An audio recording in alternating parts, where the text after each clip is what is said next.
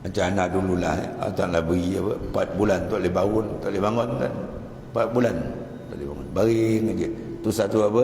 Hadiah dari Allah Ta'ala. 4 bulan baring.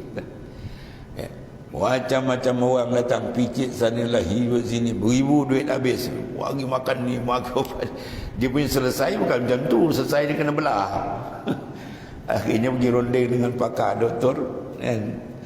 Dia tunjukkan cara gini-gini, buat MRI, baru nampak, buat X-ray tak nampak kan. Jenis sakit yang kena tu X-ray pun tak nampak sikit-sikit je. Kena MRI, baru nampak jelas sini punca dia. Tulang ni macam ni, tulang ni dah akan kepit.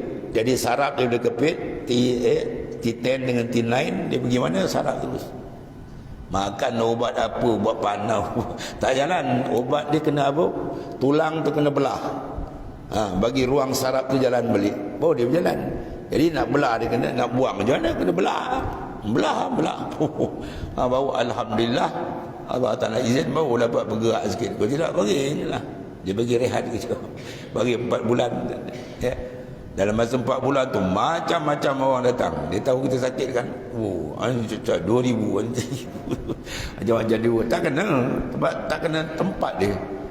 Sakit tu perlu buang hempetan saraf, kena buang. Sakit kamu ni nak sampai ni, kena buang hempetan takabur, hempetan riak, ujub atau saraf kau tak boleh jalan, saraf rohani kau tak boleh jalan. Buang benda tu, kena belah. Siapa belah dia? Mursyid kena belah. Kalau pergi lebay-lebay biasa yang mengajar kampung, mengajar biasa, tak boleh belah kan, dia tak reti.